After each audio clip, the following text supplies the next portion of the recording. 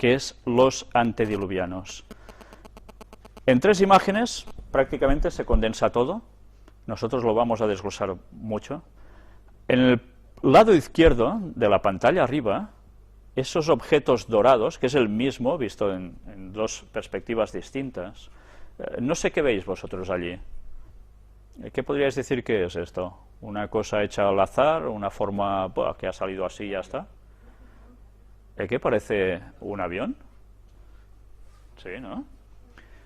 Pues bien, este avión no ha sido hecho desde que se inventó el avión para acá, sobre todo con estas formas que ya estamos hartos de ver en aviones, sobre todo en aviones, fijaos cómo parecen unas formas de alas de aviones que van muy deprisa, que suelen ser cazas. Esto no fue inventado ahora. Estos artilugios se encontraron incluso en culturas precolombinas, anteriores a la llegada de los españoles allí y de las culturas que ya había cuando ellos llegaron. Pero hay muchos objetos que van a sorprender a muchos, y precisamente a través de estos objetos, donde hay incluso gente que parecen astronautas, se basan para decir de que desde el exterior aparecieron objetos con seres de otros mundos, universos o no sé de dónde, y intervinieron para crear la humanidad o para interconectar con ellos también. Nosotros vamos a desmitificar todo esto. También hay, ya lo veis la imagen de abajo, dinosaurios. Se ha hablado mucho sobre los dinosaurios. Está extendido por muchas partes de este mundo, restos fósiles. Hay gente que dice, no existieron, eso es un timo, dicen algunos creacionistas muy extremistas. Bien, eso no va acorde con los hechos, los restos fósiles son obvios que están, pero nosotros deberemos hablar por qué estos animales no están aún ahora entre nosotros. ¿Se extinguieron por un meteorito? ¿Se extinguieron por un cambio de glaciaciones, etcétera, etcétera? ¿Qué pasó con ellos? Y arriba a la derecha hay la clave absolutamente de todo. Cuando vemos esto, evidentemente, todos recordamos, el Arca de Noé, esa historia tan graciosa de que el mundo se llenó de agua por una lluvia tremenda, hubo unas inundaciones terribles, el mundo sucumbió debajo del agua y se salvó una familia de 8 individuos que llevaron muchos animalitos allí dentro, se termina el diluvio, salen y ya está. Bien, vamos a ver si esta historia que se llega a ridiculizar tanto en la actualidad es una burrada o realmente fue una historia cierta. Porque si eso es cierto, va a cambiar el panorama de muchísimas personas que se han tragado lo que les han dicho durante unos cuantos años. Si es mentira, nosotros deberemos rectificar. Si os dais cuenta en el dibujito donde aparece el arca, ¿veis el arco iris? El arco iris actualmente, ya sabéis que lo utilizan, no con 7 colores, sino con 6, el movimiento gay. Bien, 6 ya sabéis que es el número del hombre, no es el número de la perfección. El 7 es el número de la perfección, el número divino. Por algo será que ellos utilizan 6 y no 7. Pero curiosamente, ese arco que sale entre las nubes y que nosotros aún vemos cuando llueve y suele hacer sol, vamos a ver dónde lo remonta el origen bíblico. Y cada vez que vemos eso, nosotros deberemos recordar algo. Vamos a empezar con el tema, precisamente con el principio de todos los libros que están en la Biblia, el de Génesis, que quiere decir orígenes, la creación. Capítulo 1 y versículo 31. Nos vamos a saltar todo el relato de la creación de la vida sobre el mundo, porque, bueno, se supone que más o menos los deberíamos conocer, y quien no lo conozca o lo vea como una tontería, no hace falta ni conocerlo, yo le recomendaría que se buscara una Biblia y empezase a leer desde el Génesis capítulo 1, versículo 1, y fuera adentrándose poco a poco en la lectura bíblica, porque se llevaría auténticas sorpresas. Vamos directamente al versículo 31. Y vio Dios todo lo que había hecho, y he aquí que era bueno en gran manera, y fue la tarde y la mañana el día sexto. ¿El día sexto qué día es? Muchos dirían sábado. Es el viernes. Es el viernes. En la Biblia el viernes se le llama el día de preparación. ¿Preparación de qué? Preparación para el sábado, para reposar. Para que nada tengamos que hacer en sábado, habiéndolo preparado ya, como muy tarde, el viernes.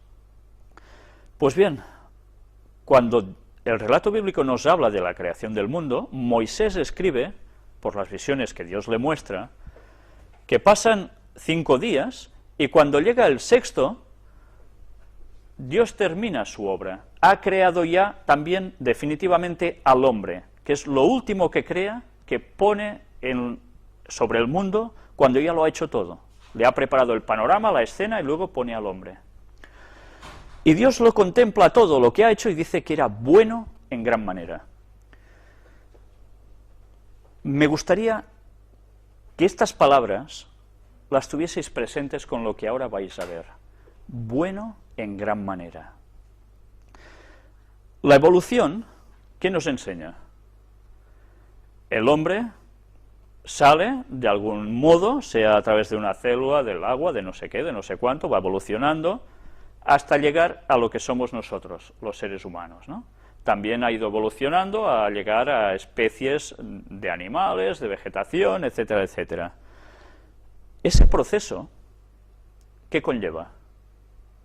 Según la evolución, han pasado varios formatos de ser que termina siendo humano, pero eso no ha pasado de la noche a la mañana. Explican que pasa por un largo proceso, pero curiosamente, durante ese proceso, ¿qué sucede para que pueda salir la siguiente etapa?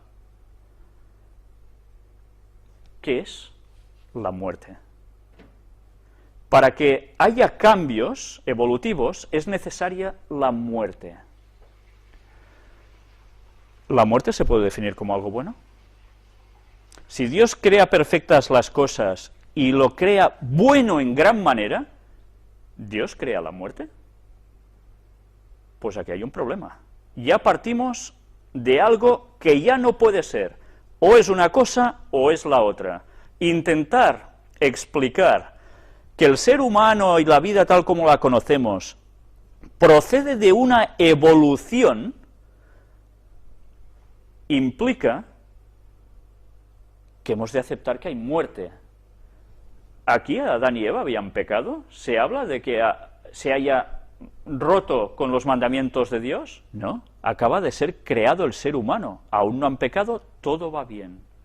Entonces, la Biblia nos dice, el pecado es lo que provoca la muerte. Si no pecáramos, no hubiésemos muerto. Si eso es así, ahora vamos a ver una noticia que diremos, ¿y esto cómo cuadra? ¿Sabéis? Ahora está de moda entre los cristianos, según quienes y de los que venimos hablando tantas veces en las conferencias, de que, sí, Dios crea algo que es vida, va evolucionando hasta llegar a lo que somos nosotros. Y esto que relata Génesis es una metáfora, una ilustración, un modo de enseñanza para decirnos algo. Si aceptamos eso, estamos contradiciendo lo que nos dice la Biblia y quién es Dios. Vamos a ver esta noticia de Zenit, ¿cómo no? Pontificio Consejo de la Cultura lanza documental sobre origen del hombre. 30 expertos opinan sobre la evolución, la creación y la fe. Les llaman expertos. 15 de septiembre de este año. Bajo los auspicios del Pontificio Consejo para la Cultura y como parte del proyecto Stock, acaba de ver la luz la versión trilingüe italiana, española e inglesa del DVD El origen del hombre. Se trata de una serie de 9 documentales en torno a la evolución, la creación y la fe, elaborados con el asesoramiento de profesores de la Pontificia Universidad de la Santa Cruz y de otras universidades. Recogen opiniones de más de 30 científicos, entre ellos los premios Nobel Christian de Duve y Werner Arber. Algunos de ellos son creyentes católicos, protestantes o judíos, y otros no. Estos documentales, realizados por Goya Producciones, investigan el desarrollo del universo desde el Big Bang hasta los primates, los homínidos y el triunfo del Homo sapiens. Responden a las preguntas: ¿cómo nació el universo? ¿Surgimos por azar? ¿Hubo una inteligencia que guió la evolución?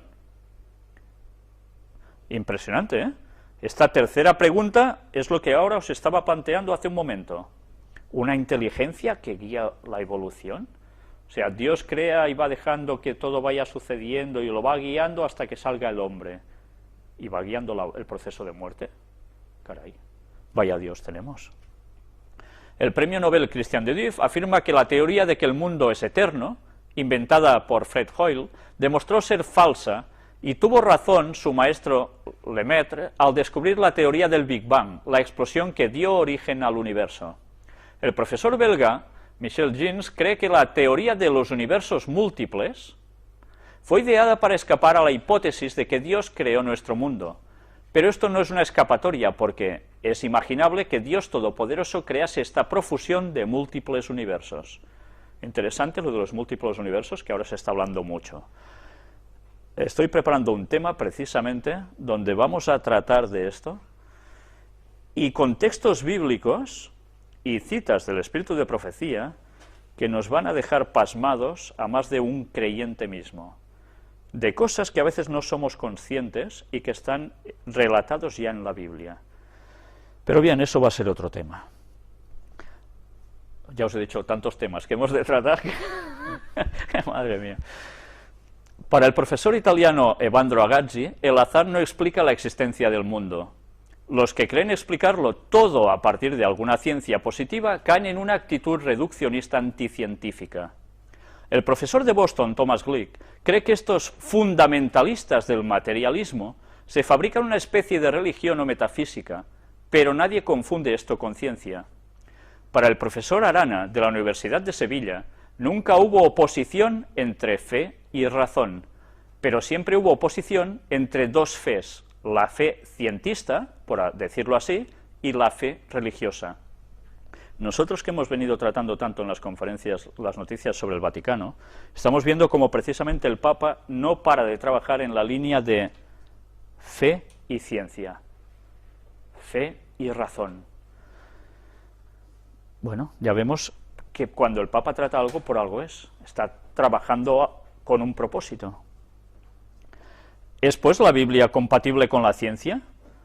El premio Nobel suizo Werner Arber responde: yo puedo leer en el Génesis, al comienzo del Antiguo Testamento, que el mundo fue creado en varios períodos. Interesante, en varios períodos. Y para mí esos varios períodos son precisamente evolución. ¿La Biblia verdaderamente habla de períodos? La Biblia habla de días literales. En el hebreo la palabra que se utiliza para día es de día literal, 24 horas. No de periodos evolutivos de 1000 años o de a saber cuánto. Hay religiones cristianas que se están acogiendo a ese concepto de períodos. Eso es una falsedad. Bíblicamente eso no es sostenible. Pero bien, ellos lo dicen. Ya estamos viendo que evolución implica muerte.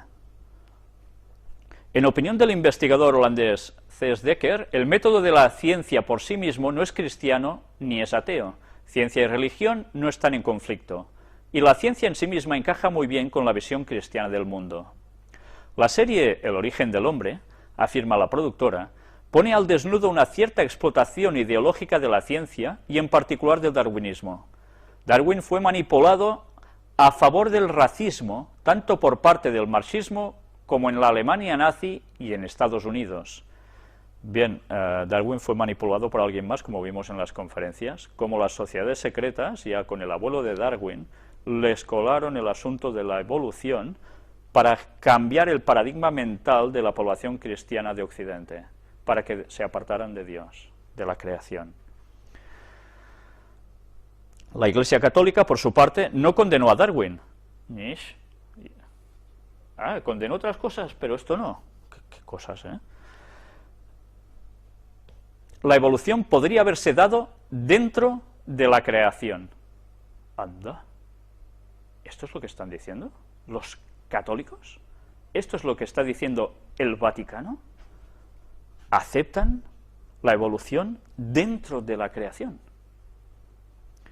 Esta serie audiovisual, añade, expone la inconsistencia de posiciones ateas como la de Stephen Hawking, que ya también hablamos de él en anteriores conferencias, o Richard Dawkins en un extremo, y la de los fundamentalistas bíblicos y creacionistas en el otro.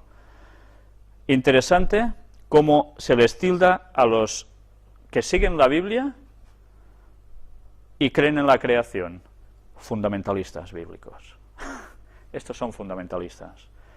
La palabra fundamentalista, automáticamente, ¿a qué nos está llevando? A través de la asociación de conceptos que nos están transmitiendo por los medios de comunicación. ¿Cómo le llamáis a los islamistas radicales? Fundamentalistas. Ahora, a los creacionistas, a los que siguen lo que Dios hizo tal como fue, estos son fundamentalistas. Descrédito sobre ellos. Son gente que genera mal rollo. Por tanto, veremos hasta qué punto somos tolerados. Concluye que no es científico negar lo sobrenatural. La ciencia natural no capta lo que cae fuera de la esfera material. Esta nueva versión del DVD ha contado con una ayuda, ¿sabéis de quién? De la John Templeton Foundation y de otros patrocinadores. En Italia la distribuye Diffusione San Paolo bajo el título L'origen dell'uomo. ¿Quién dice que ayuda a esto?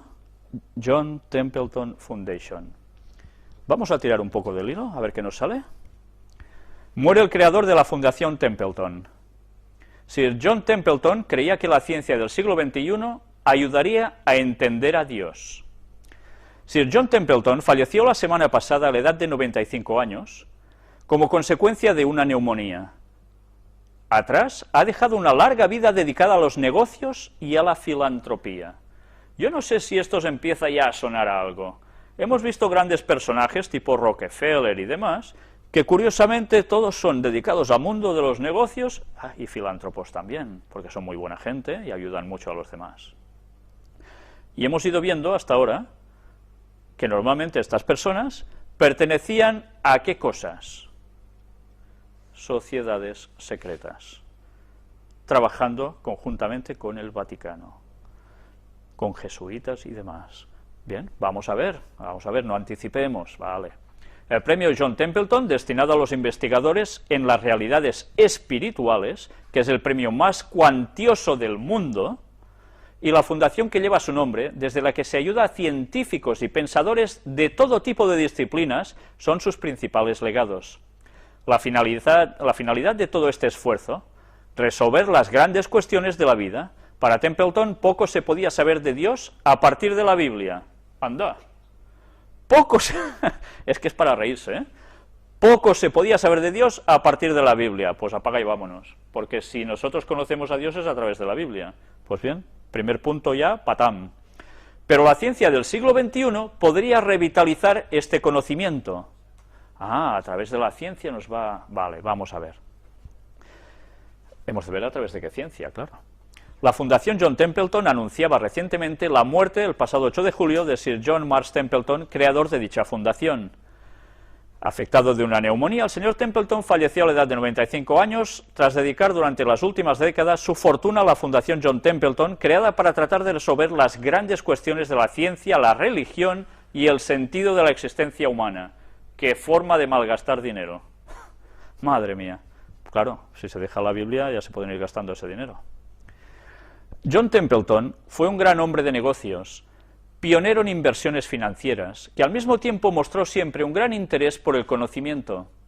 De hecho, el lema que creó para su fundación fue: «Qué poco sabemos, qué gran deseo de aprender. Nacido en Tennessee, amasó una enorme fortuna y donó cientos de millones de dólares al fomento de la comprensión de lo que él llamaba las realidades espirituales. Vosotros amasáis grandes fortunas trabajando, ¿verdad?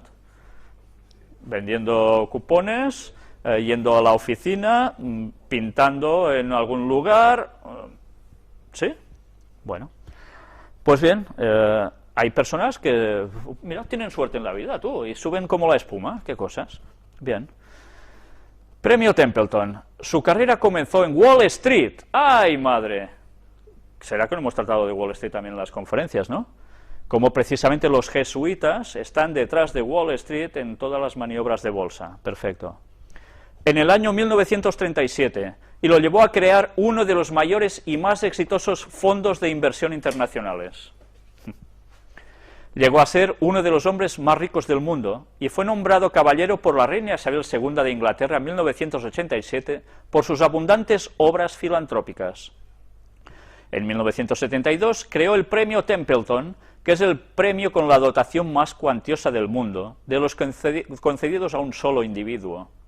Hoy por hoy asciende a 1 millón de euros y va destinado a reconocer logros ejemplares alcanzados por investigaciones o trabajos relacionados con la dimensión espiritual de la vida.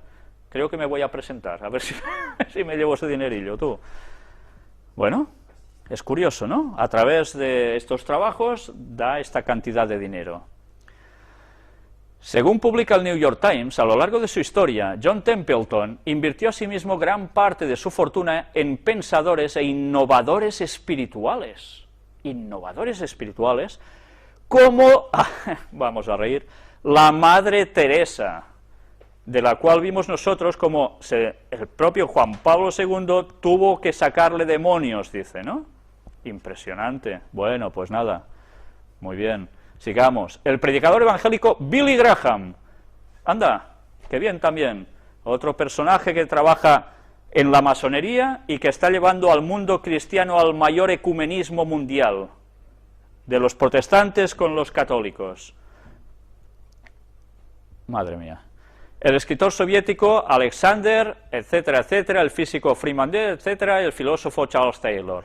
En 1987 creó la Fundación John Templeton, situada en Pensilvania y dedicada a servir como catalizador filantrópico de nuevos descubrimientos en áreas relacionadas con las grandes preguntas, desde las leyes de la naturaleza y del universo hasta la naturaleza del amor, la gratitud, el perdón o la creatividad, explica la web de la Fundación. Ya sabéis que la mayor parte de fundaciones fueron creadas también porque en Estados Unidos las fundaciones lo tienen muy bien a nivel de contribuir. Son grandes formas de desgravar los beneficios, ¿vale? Sigamos, porque no hay que ser tan mal pensado quizás, ¿no? Hacer ciencia de temas religiosos. Inevitablemente, el altruismo de John Templeton generó siempre controversia. Los críticos señalaban que sus realidades espirituales suponían de por sí una contradicción, dada la supuesta incompatibilidad entre ciencia y Dios. Para muchos, la idea de progreso en la religión resultaba extraña, al igual que la cesión de ayudas para descubrimientos en este campo.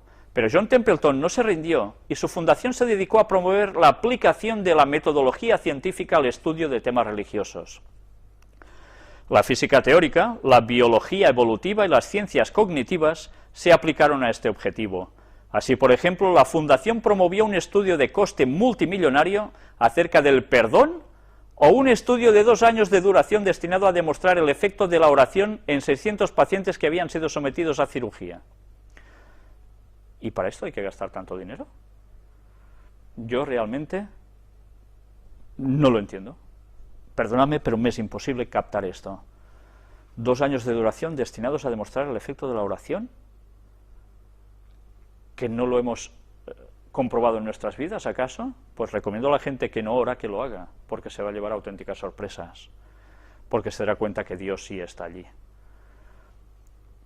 Pero además, un coste multimillonario para tratar acerca del perdón. Pues a Jesús, ¿cuánto dinero le deberían haber dado por hablar del perdón? Es increíble. Es realmente increíble. Pero bueno, Y aunque los críticos siguieron manteniendo que la reconciliación entre ciencia y religión no era posible, y que estos estudios eran ingenuos y estaban motivados solo por el deseo de situar a las creencias religiosas al mismo nivel que el conocimiento científico, otros pensadores defendieron la intención de la Fundación, señalando que la ciencia no debía tener el monopolio sobre la verdad y que ciencia y religión podían cooperar de manera productiva. Lo mismo que está diciendo ahora el Papa, ¿eh? Una mina de oro. John Templeton dedicó una gran parte de su fortuna a la Fundación John Templeton, que actualmente cuenta con una donación de aproximadamente 1.000 millones de euros y que destina cerca de 45 millones anuales a premios.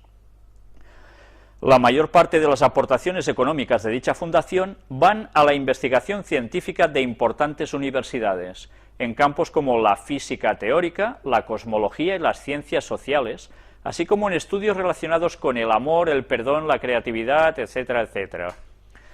Ya os estáis dando cuenta de a qué va destinado todo ese dinero. La Fundación también apoya y fomenta el diálogo abierto e informado entre científicos y teólogos para encontrar respuestas a esas grandes cuestiones que preocupaban al hombre de negocios desde los diversos campos de investigación. Es curioso que incluso, antes me lo he saltado, dice que ese dinero va destinado a la naturaleza y el origen de las creencias religiosas. ¿Hace falta destinar tantos millones para saber el origen de las creencias religiosas? Es muy fácil. Nosotros lo vamos a ver gratis en las conferencias porque la Biblia nos lo explica. Y eso está gratis al alcance de todo el mundo. Pero bien, se ve que hace falta destinar millones para eso. Templeton, que fue presbiteriano, señalaba que se podía conocer relativamente poco de Dios a través de las Escrituras y de la teología actual, pero que las revelaciones científicas podrían convertirse en una mina de oro para la revitalización de la religión en el siglo XXI. Es interesante esto. Los conceptos que nos está vendiendo el papado ahora son las mismas palabras que estaba utilizando más o menos este señor. A través de la ciencia, trabajando conjuntamente con la religión, van a mostrar también al mundo que precisamente eso puede ir junto y cambiar el paradigma mental de la sociedad para dar soluciones. Curioso cómo todo coincide. Bien, aquí hay toda la biografía de este señor.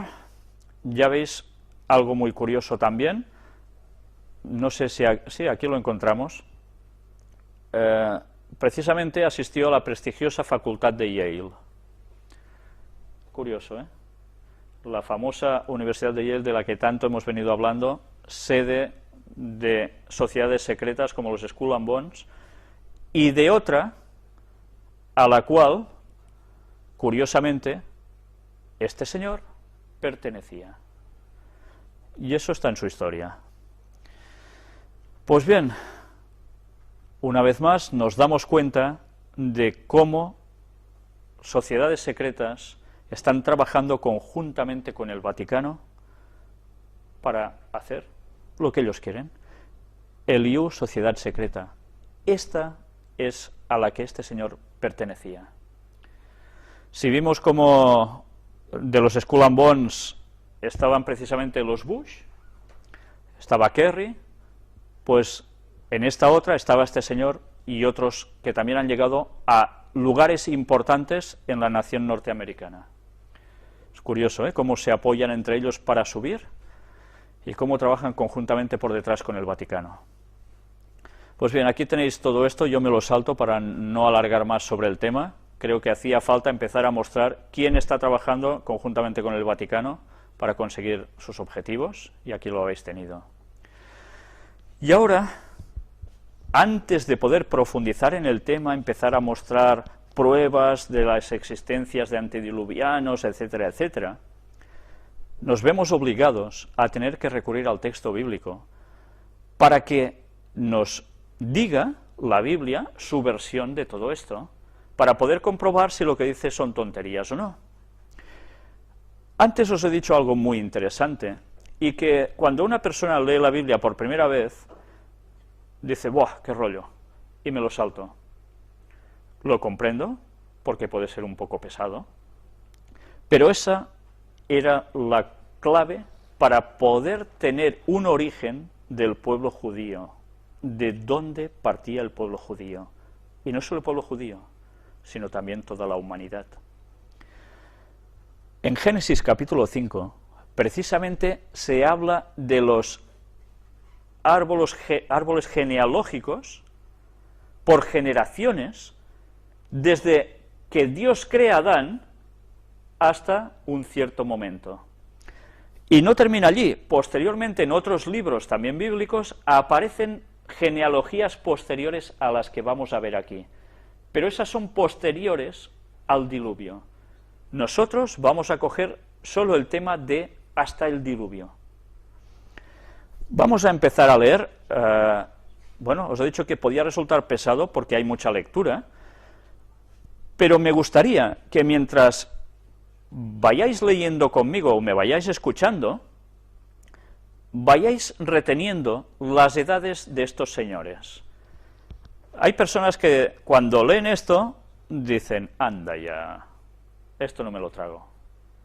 Bien, deberemos mostrar cosas para que esto se lo traguen. Vamos a empezar leyendo.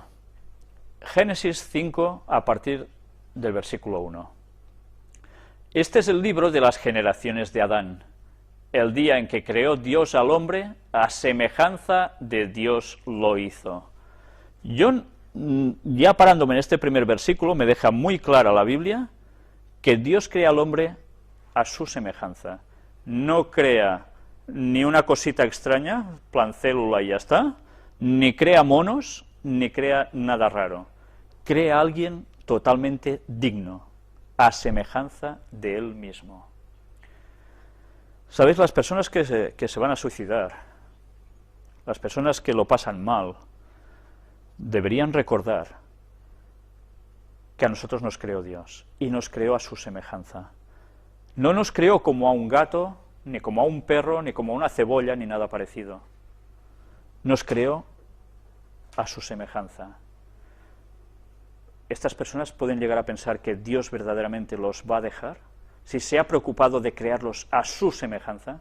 Otro texto anterior, en el mismo Génesis, nos dice a imagen y semejanza. Imagen física, no quiere decir que seamos de la misma materia, pero sí semejantes físicamente, y además en la forma de hacer funcionar el cerebro, mentalmente.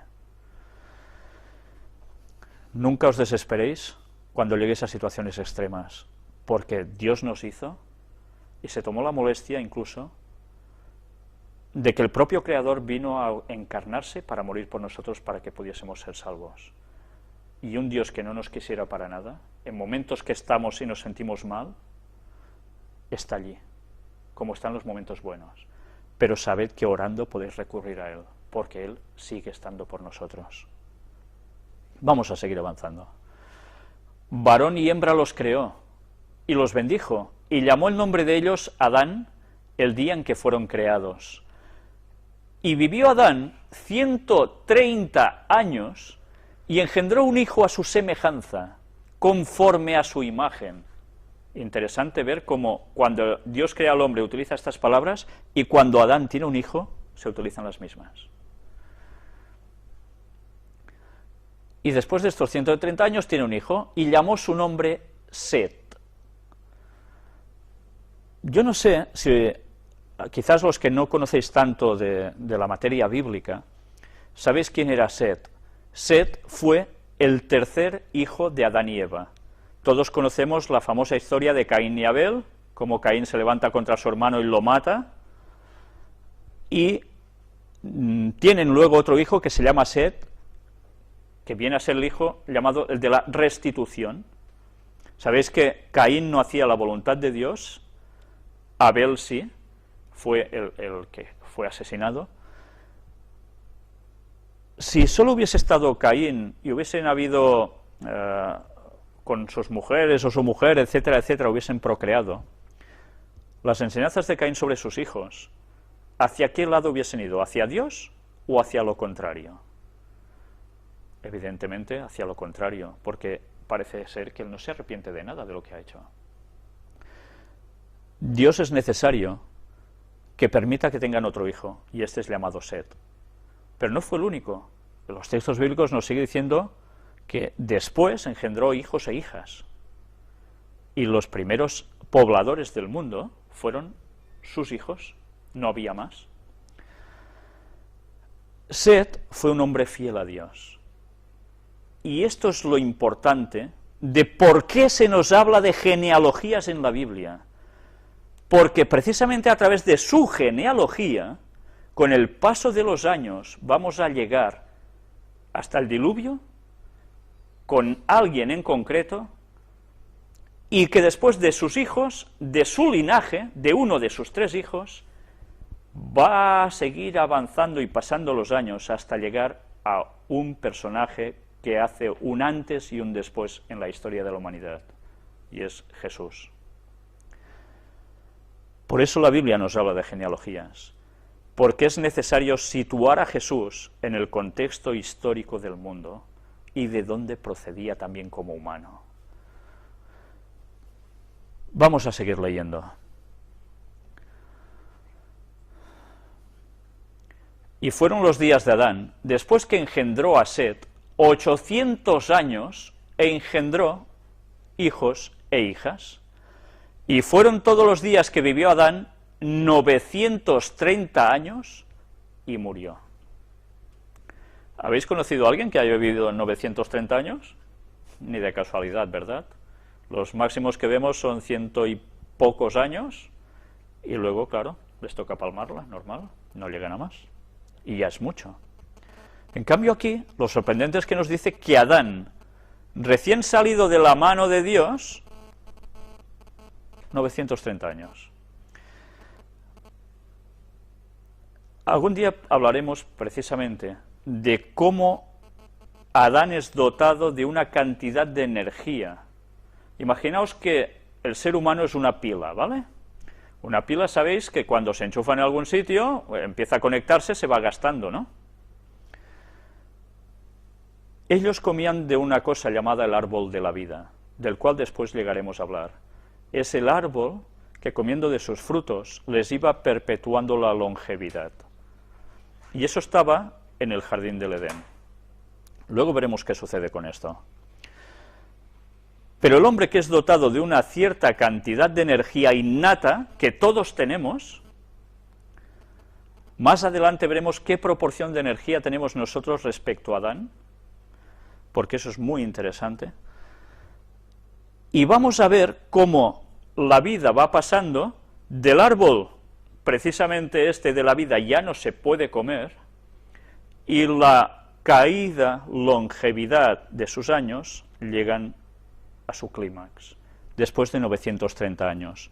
Pero claro, ya la lógica nos dice que si, y porque ya lo sabemos de sobras, sin saber mucho de Biblia, que el mundo ha ido siempre como ha ido, poco ha ido bien, ¿verdad? Pues lógicamente uno se separa de Dios, no come de eso, la energía se irá agotando porque no la reemplazas con nada. Sí que se reemplaza la energía, ¿lo sabíais? A través de lo que coméis, básicamente. Básicamente. Por eso es interesante ver qué dieta seguía Adán, qué dieta seguía mandada por Dios, porque Dios sabía cuál era su mejor combustible, para que él funcionara y pudiese perpetuarse más. Y eso es el mundo vegetal. No era carnívoro, para nada. De eso hablaremos más adelante, pero bien, es interesante ver cómo llega un momento en que, pum, se va apagando hasta que se muere, pero caray, 930 años, ¿quién se apagará esta edad, no? Vamos a seguir avanzando. Vivió Set, su hijo, 105 años y engendró a Enós. Démonos cuenta cómo no se engendran con 25 años, o 20, o 30, sino cuando ya pasan de los 100, ¿no? Esto nos está dando muestras de que su juventud, o su adolescencia, o su pubertad, o todo, era mucho más prolongada, al menos según el relato bíblico, ¿verdad? Y vivió Set después que engendró a Enós 807 años y engendró hijos e hijas. Y fueron todos los días de Set 912 años y murió. Ya veis, vive menos que su padre, ¿verdad? Vivió Enos 90 años y engendró a Cainán. Este ya genera hijos un poco antes, ¿verdad?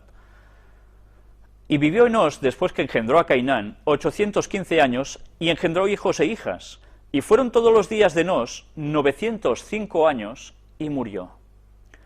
Vivió Cainán 70 años y engendró a Mahalaleel. Y vivió Cainán, después que engendró a Mahalaleel, 840 años y engendró hijos e hijas. Y fueron todos los días de Cainán 910 años y murió. Vivió Mahalaleel 65 años y engendró a Jared. Y vivió Mahalaleel, y menos mal que no sale más veces porque leerlo es un rollo, después que engendró a Jared 830 años y engendró hijos e hijas. Y fueron todos los días, pues sí, sale otra vez, de Mahalaleel 895 años y murió. Vivió Jared 162 años y engendró a Enoc.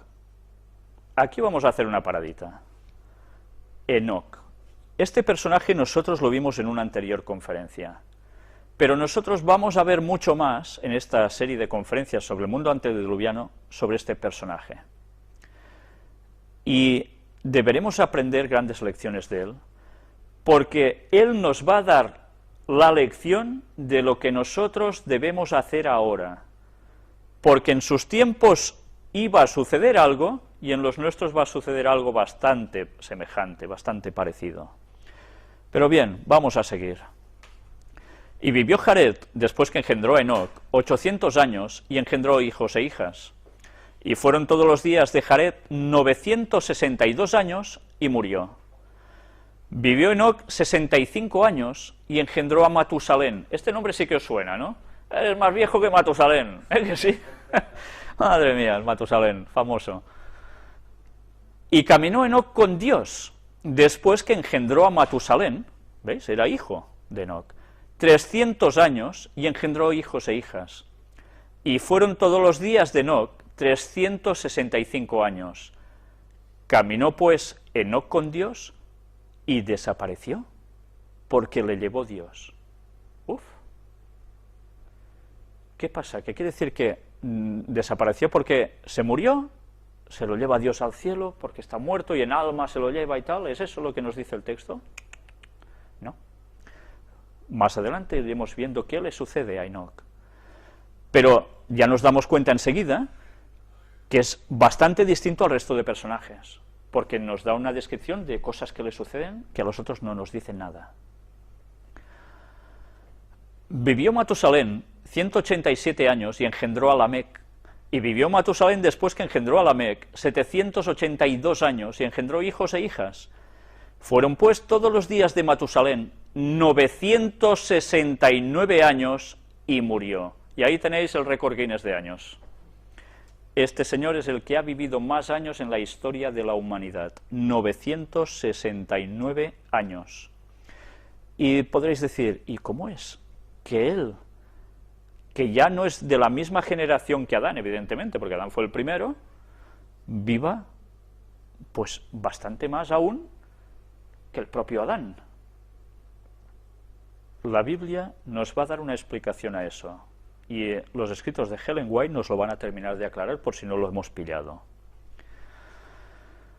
Pero ya veis la edad que vivió este señor, casi nada.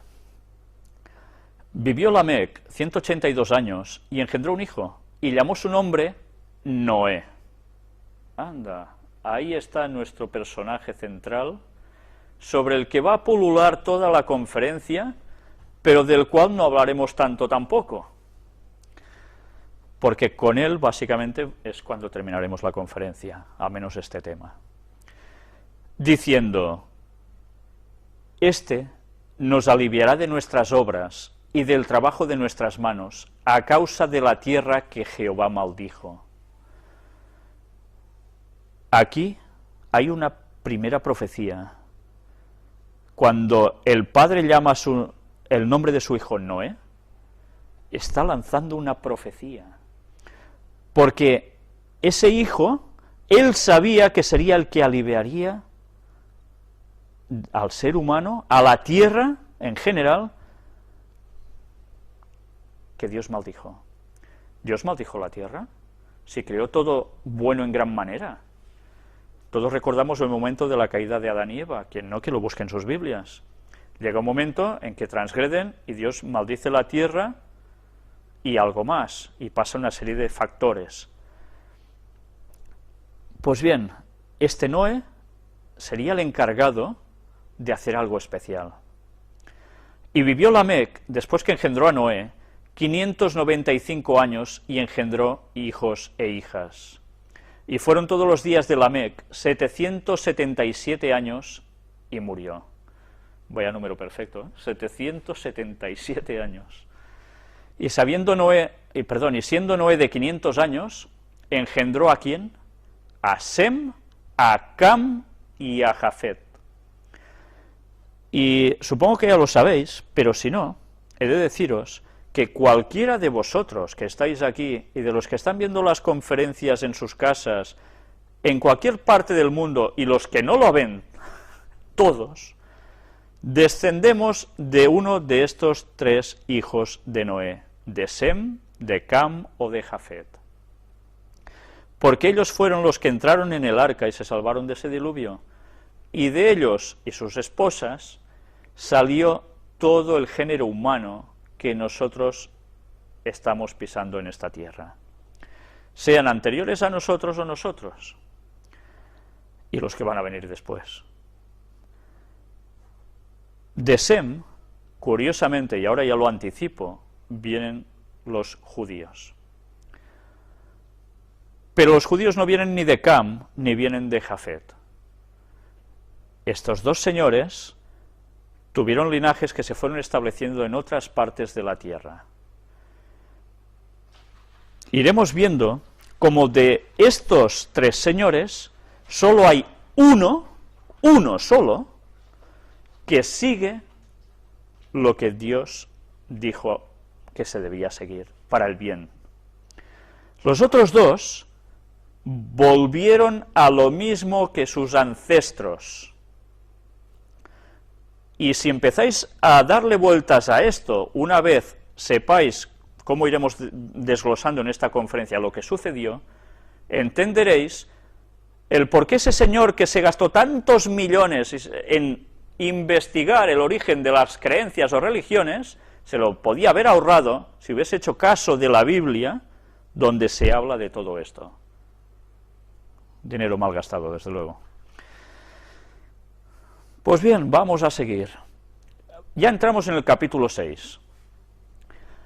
Aconteció que cuando comenzaron los hombres a multiplicarse sobre la faz de la tierra y les nacieron hijas, que viendo los hijos de Dios que las hijas de los hombres eran hermosas, tomaron para sí mujeres, escogiendo entre todas. Aquí me veo obligado a tener que hacer una parada, porque hay personas, como dice la masonería, curiosamente, como dicen los testigos de Jehová que salieron de la masonería, y como dicen otras personas, sin saberlo, que esto fue original, que no provenía de Dios esos conceptos, están diciendo que esos hijos de Dios eran ángeles caídos que acompañaron a Lucifer en su rebelión a Satanás, y vinieron y dijeron, ¡hala, qué mujeres más guapas! Y ñaca, y tuvieron hijos con ellas. Y de allí salen, pues, personajes que son llamados Nifilims, gigantes, y que estuvieron por la tierra. Bien, tendremos que demostrar que este concepto no es bíblico. Guste o no guste, pero no es bíblico. Pero deberemos tener tiempo para demostrar eso. Todo llegará. Tened paciencia. Y dijo Jehová, no contenderá mi espíritu con el hombre para siempre, porque ciertamente él es carne, mas serán sus días 120 años. Aquí Dios dice, el hombre ya no funciona bien, todo se ha destorotado. Lo que él había creado perfecto, ahora de perfecto poco le queda ya, porque el ser humano lo ha estropeado todo. Evidentemente instigado por Satanás, que es el que estaba detrás, y sus ángeles caídos, aunque no hicieron eso que allí pone, pero bien. Y Dios dice que sus días serían 120 años. No está diciendo que el hombre viviría un máximo de 120 años solo, no se está refiriendo solo a esto, no. Se está refiriendo a que a partir de ese momento al ser humano le quedaban 120 años, porque luego pasaría algo, el diluvio. Tenían 120 años para cambiar, tenían 120 años para volver a Dios y hacer las cosas bien. El hombre no hizo caso. Pero bien, vamos a seguir avanzando. Había gigantes en la tierra en aquellos días, y también después que se llegaron los hijos de Dios a las hijas de los hombres, y les engendraron hijos. Ya es muy fácil darse cuenta cómo esa interpretación que antes os he dicho es una auténtica locura. Porque los gigantes estos, que dice, estos fueron los valientes que desde la antigüedad fueron varones de renombre, hablaremos qué quiere decir cuando dice varones de renombre en su momento. Ahora solo os aclaro una cuestión. ¿Cuándo había gigantes en la tierra? ¿Después que esos ángeles caídos se juntaron con las mujeres guapas y tuvieron hijos? ¿Esos hijos fueron los gigantes consecuencia de esto? No, el mismo texto nos lo está desmintiendo. Leamos, sencillamente eso, leamos. Había gigantes en la tierra en aquellos días, y también después que llegaron los hijos de Dios a las hijas de los hombres. O sea que ya había gigantes en la tierra.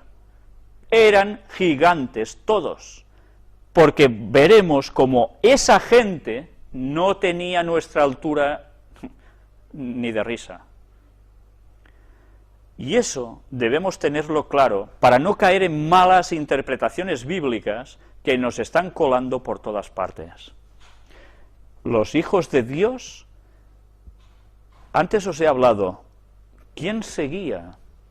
¿Qué linaje seguía? ¿Por qué hay los árboles genealógicos? ¿Quién seguía la voluntad de Dios de todos esos hijos que Adán tuvo? Pues fue solo una rama de estos, no fueron todos los demás fueron paganos, se rebotaron contra Dios.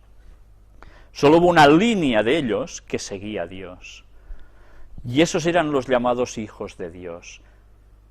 Hay personas que dicen, bueno, es que los hijos de Dios también se habla en el libro de Job, que aparecen delante de Jehová junto a Satanás como representante de este mundo, y esos son gente de otros mundos o son ángeles. Sí, son gente de otros mundos, no son solo ángeles, no. Pero no necesariamente esos hijos de Dios son los mismos que hicieron esto aquí. ¿Quién es hijo de Dios en la tierra? Jesús, ciertamente, pero ¿quién más? Todo aquel que hace la voluntad de Dios. Y estos eran los que, siguiendo lo que Dios quería, vieron que las otras mujeres eran muy atractivas. ¿Las suyas no lo eran, acaso? Si eran salidos de la mano de Dios hacía poco tiempo, ¿iban a ser unos cardos burriqueros? Serían muy guapas. Pero ¿qué diferencia había entre unas y las otras que les llamaron la atención? Luego la Biblia nos va diciendo qué pasó con todo esto, y cómo la historia siempre decimos que se repite, y nosotros nunca aprendemos porque somos así de tarugos. Las mujeres de los que no seguían a Dios eran mujeres que iban muy explosivas por la vida, ¿me entendéis? ¿Qué hace el pavo real para mostrarse? ¡Buah! Despliega todo su abanico de colores majestuosos, y anda, te lo tenías que mirar, ¿verdad que sí? Porque es precioso. Pues bien, el pueblo de Dios, sus mujeres deberían ser personas sencillas, sin revoloteos maraposaicos, y deberían ser gente normal, porque su verdadera belleza estaría en el corazón. Eso no quiere decir que uno no tenga que cuidar su aspecto físico, pero la otra era la provocación. Y nosotros debemos aprender de la historia que nos va diciendo la Biblia, que como el pueblo de Dios se descarrió posteriormente también, y hablo ahora de postdiluvio, porque las mujeres de los otros iban en plan sex symbol, provocando. Y se juntaba músicas, tamboriles, mucha marcha, no sé qué, lo mismo que sucede ahora. Y el pueblo de Dios era seducido, y así entraba la idolatría y así se terminaba todo. Y la historia siempre se va repitiendo, y nunca aprendemos de eso. Eso sucedió ya en los orígenes del hombre. Y pasó lo que pasó. Y vio Jehová que la maldad de los hombres era mucha en la tierra. No dice que había algún malillo. No, no, era mucha en la tierra. Y que todo designio de los pensamientos del corazón de ellos era de continuo solamente el mal. Era de continuo solamente el mal. No pensaban una de buena. ¿Puede ser que se llegue a ese punto? Pues sí, sí puede ser.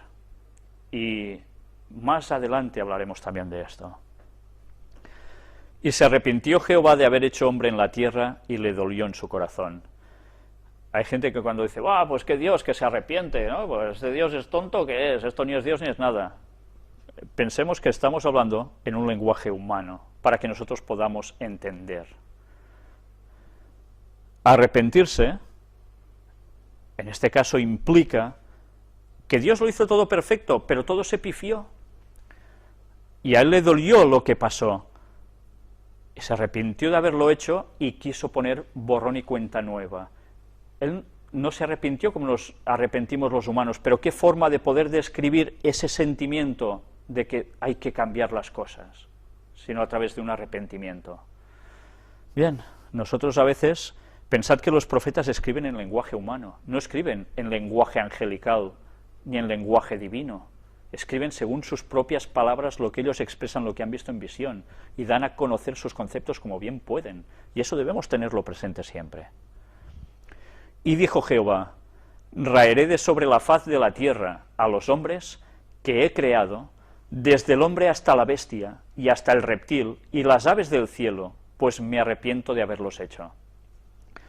Y podemos pensar, ¿y qué culpa tenían estos animalitos de que también la tengan que palmar? Algo pasó, que hizo que Dios tuviese que tomar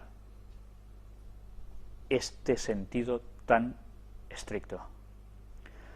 Cuando nosotros leemos estos textos, podemos pensar, ¿qué Dios más malo? Cuando nosotros sepamos qué pasó, entenderemos que no había otra solución. Todo lo iremos viendo, porque a veces los textos nos están ya dando a entender cosas que si nosotros no terminamos de encajar con más detalles, estamos perdidos. De ahí que la investigación de la palabra de Dios debe ser algo muy riguroso y muy profundo, porque si no, no nos vamos a enterar de nada. La Biblia se ha dado, normalmente, escrita de un modo, para que nuestras mentes se centren en algo y se amplíen con ese estudio. Porque la mente humana debe crecer, no debe ser aborregada. Los medios de comunicación, cuando ponéis la tele, ¿qué programas veis?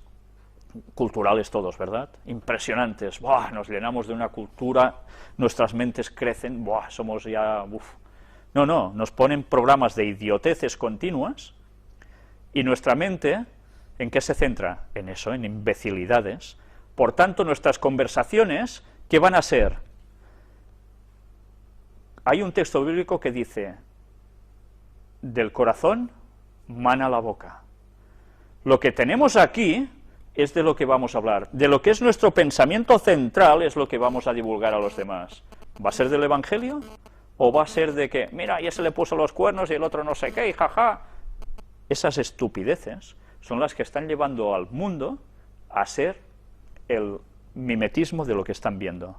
Y nuestros cerebros, que funcionan como esponja, se empapan de eso y llegamos a ese nivel. Y no, ahora sí que puedo utilizar la palabra, y no evolucionamos a más, ¿vale?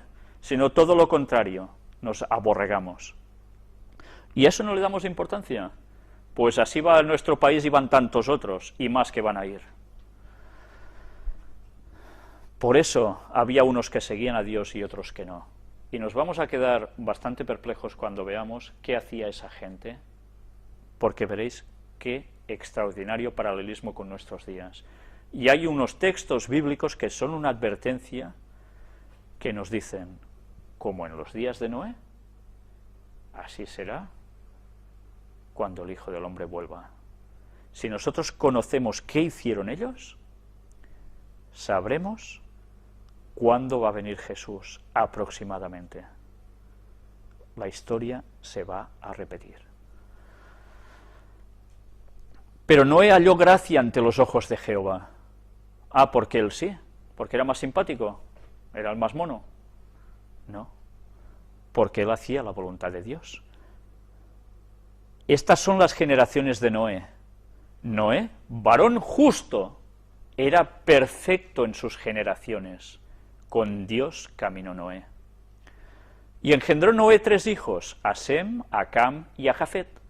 Y se corrompió la tierra delante de Dios, y estaba la tierra llena de violencia. ¿Cómo está nuestra tierra actualmente? Llena de paz, ¿verdad? Llena de tranquilidad y sosiego. La tierra llegó a estar llena de violencia. Luego leeremos escritos de Ellen White impresionantes describiendo esas situaciones. Pero desde luego, ya viendo eso, nos damos cuenta de que precisamente bien las cosas no iban. Y miró Dios la tierra, y he aquí que estaba corrompida, porque toda carne había corrompido su camino sobre la tierra. Casi nada, toda carne. Dijo pues Dios a Noé: he decidido el fin de todo ser, porque la tierra está llena de violencia a causa de ellos, y he aquí que yo los destruiré con la tierra. ¿Sabéis? Cuando uno va leyendo la Biblia y va conociendo a Dios en profundidad, no esas primeras sensaciones que a uno le pintan y que dice, oh, qué Dios más malo, que se los cargaba a todos y no sé qué, no. Cuando uno profundiza de verdad y se da cuenta del porqué de las cosas, y ve claramente el carácter de Dios en la manifestación de Jesucristo en la tierra, se da cuenta que ese Dios es realmente, increíblemente bueno. Para llegar a ese punto, el corazón de Dios se debió partir.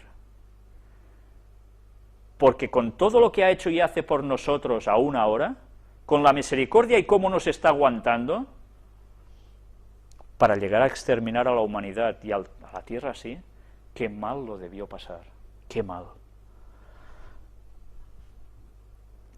Hazte un arca de madera de gofer, harás aposentos en el arca, y la calafatearás con brea por dentro y por fuera. Y aquí Noé recibe la instrucción de que para evitar el desastre y subsistir, debía hacer un arca.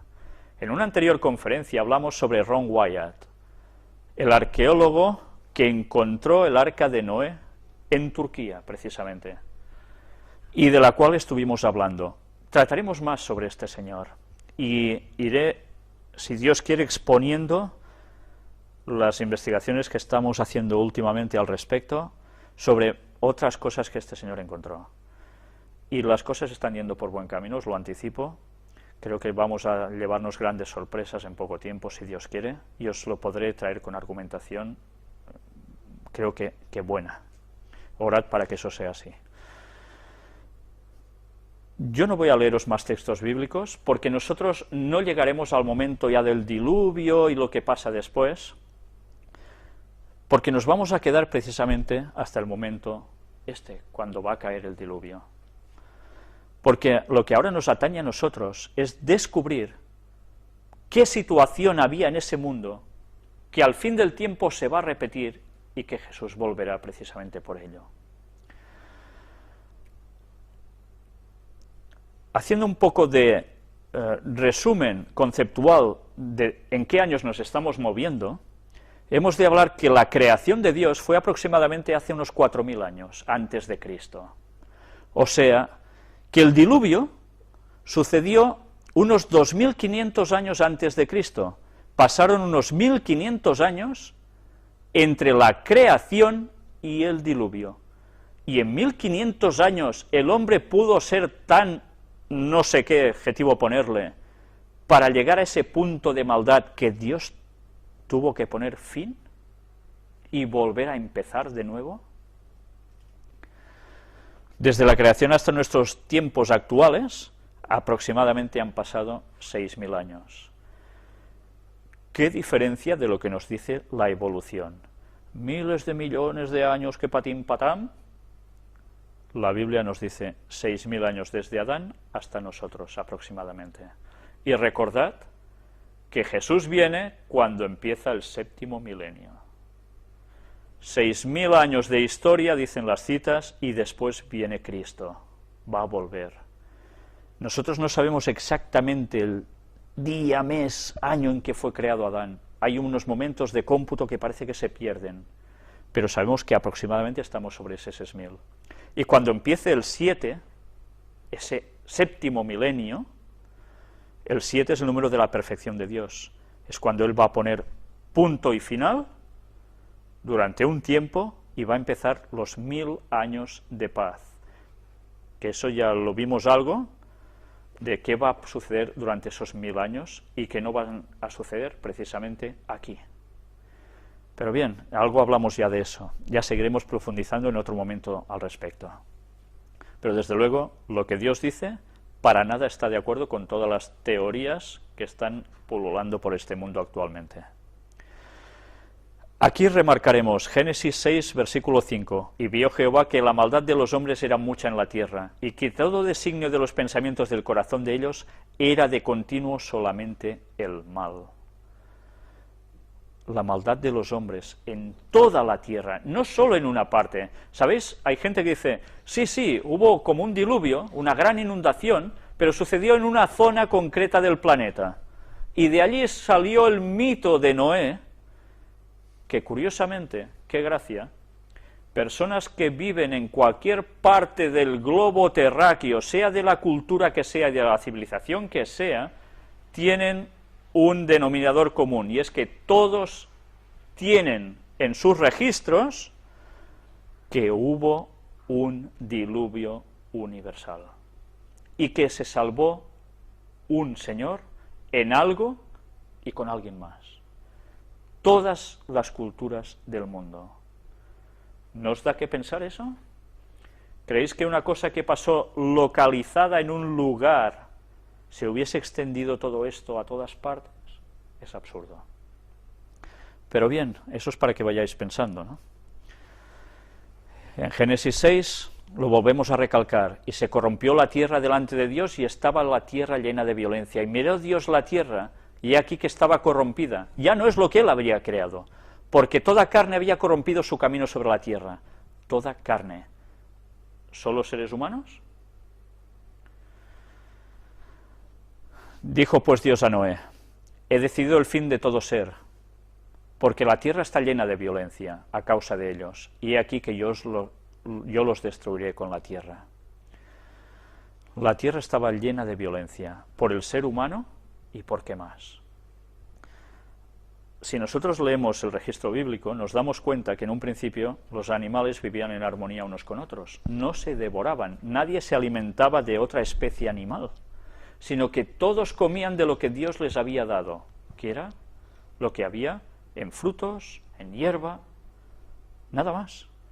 Cuando entra el pecado, todo se tergiversa, y empiezan las masacres entre los animales también. Qué bonito cuando vemos un documental de animalitos, y mira cómo se mueven y qué majo, pero luego a veces nos muestran su parte que nos deja perplejos, cuando vemos cómo se devoran unos a otros, ¿no? Claro, eso no es muy bello de ver, ¿verdad? Pero es una realidad. Dios no creó el mundo así. Bueno, todo lo trataremos en su momento. Dijo pues Dios a Noé, he decidido el fin de todo ser, porque la tierra está llena de violencia a causa de ellos, y aquí que yo los destruiré con la tierra. No los destruye solo a ellos. Démonos cuenta de qué frase utiliza al final. Y he aquí que yo los destruiré con la tierra. La tierra iba a ser destruida. ¿Qué quería decir esto? ¿Que el planeta iba a hacer ¡pum! Y iba a desaparecer desintegrado? No. Pero que en ese diluvio algo además iba a suceder, que no solo era caer agua, y la tierra iba a ser destruida, cambiada radicalmente.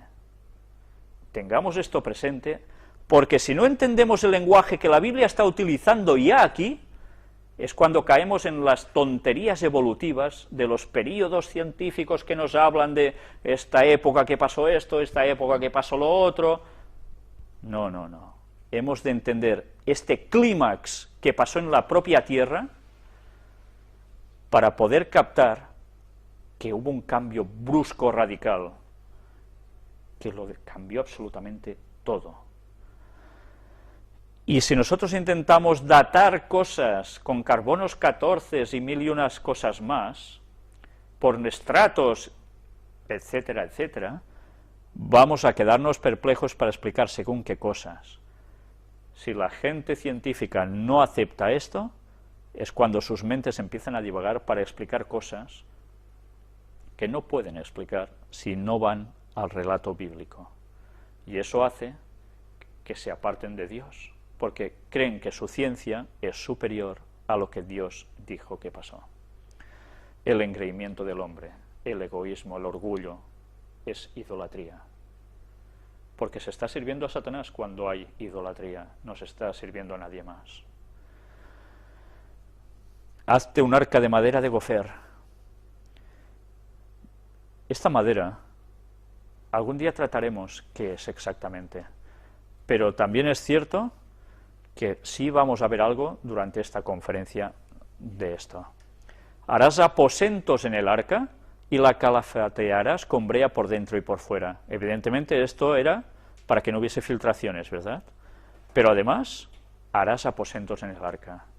Tenía que hacer apartados, cámaras, habitaciones, llamadle como queráis. Para algo era eso.